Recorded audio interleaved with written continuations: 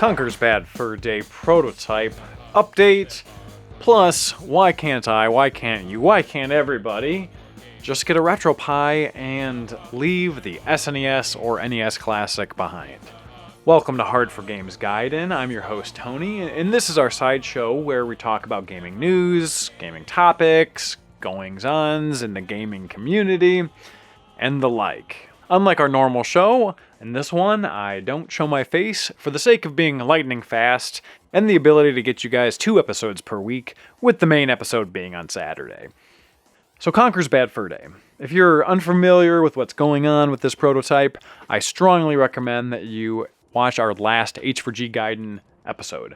But long story short, somebody found a dev cart of Conker's Bad Fur Day, most likely a review copy that was most likely a final run of the game.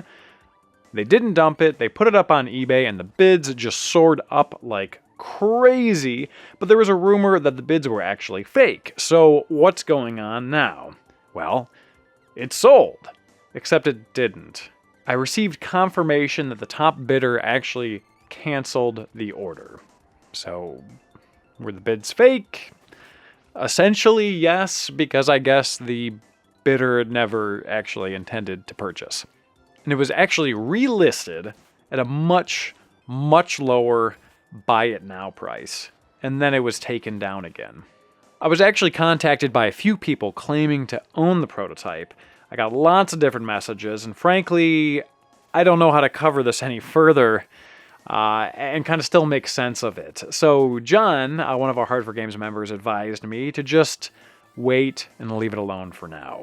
And I think he's right. You know, we're going to kind of circle back to this thing once all the dust settles.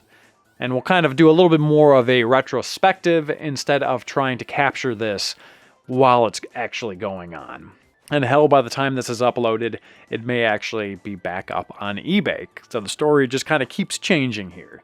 Our next topic is on a comment that we've gotten so many times. You know, especially on our SNES and NES Classic episodes.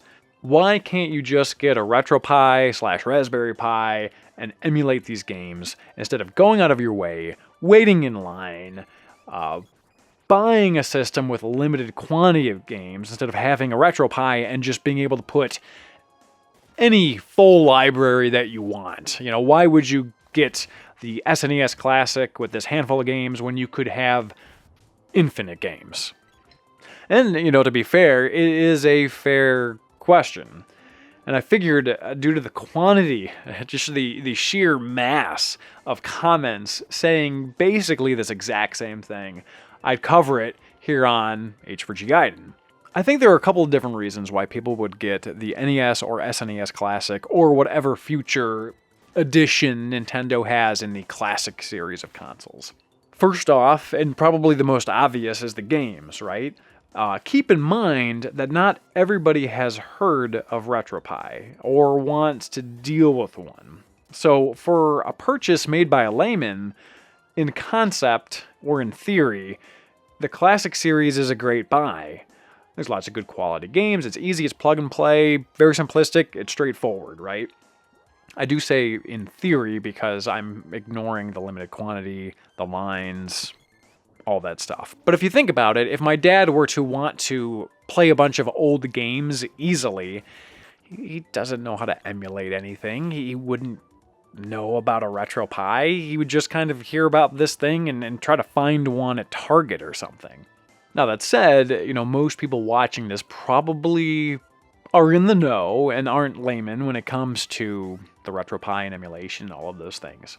They've probably at least heard of it and somewhat know how it actually works.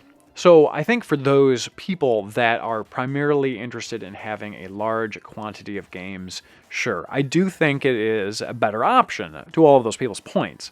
I think that the SNES Classic emulates these games very well, but it is hard to argue with infinite titles as an alternative. But then you also have people that want the games, but they want more than that. You know, they want the feel, they want the look. And kind of here's where the RetroPie doesn't really work as well. You know, I've never actually played the NES Classic, but I do own an SNES Classic, and it does feel great.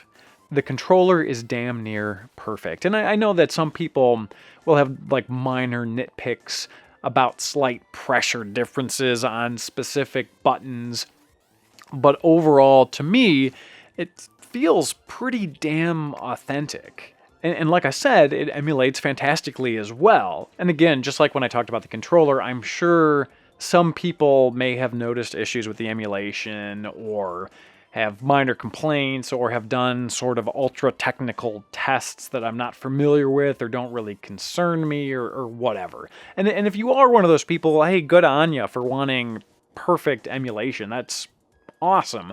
And if you are one of those people, and if you've noticed issues with the SNES Classic's emulation, let me know in the comments below. I'd like to know on which game or which part or what it struggles with. I would certainly be interested in that.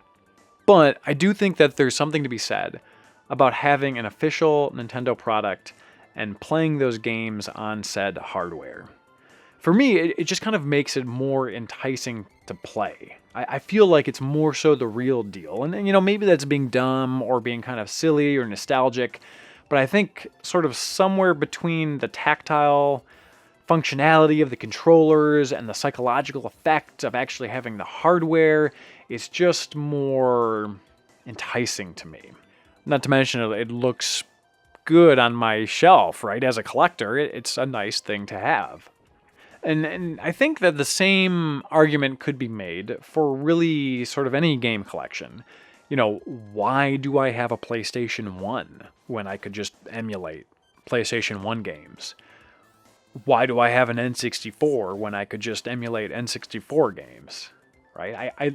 It's because I like owning and playing those games on those systems, especially when I can find them for cheap, which is getting more and more rare, I might add, finding them cheap.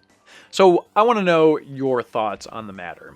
Is it better to have an infinite number of games on an emulation device that you can customize, or is it better to have an officially licensed piece of hardware that technically you can also customize, but maybe not as easily, that comes with a smaller amount of games and you have to kind of actually struggle a little bit to get, which, to be fair, I didn't touch on that much, but that is a fair point that it is a pain to find most of the time. So let me know in the comments below, where does your preference lie? I do want to know. Otherwise, thank you so much for watching. Thank you for subscribing to our channel. It really does mean a lot. And I will see you all this Saturday for our next episode. Thank you again for watching. If you enjoyed this video, feel free to give it a like and a share, and we will see you guys next time.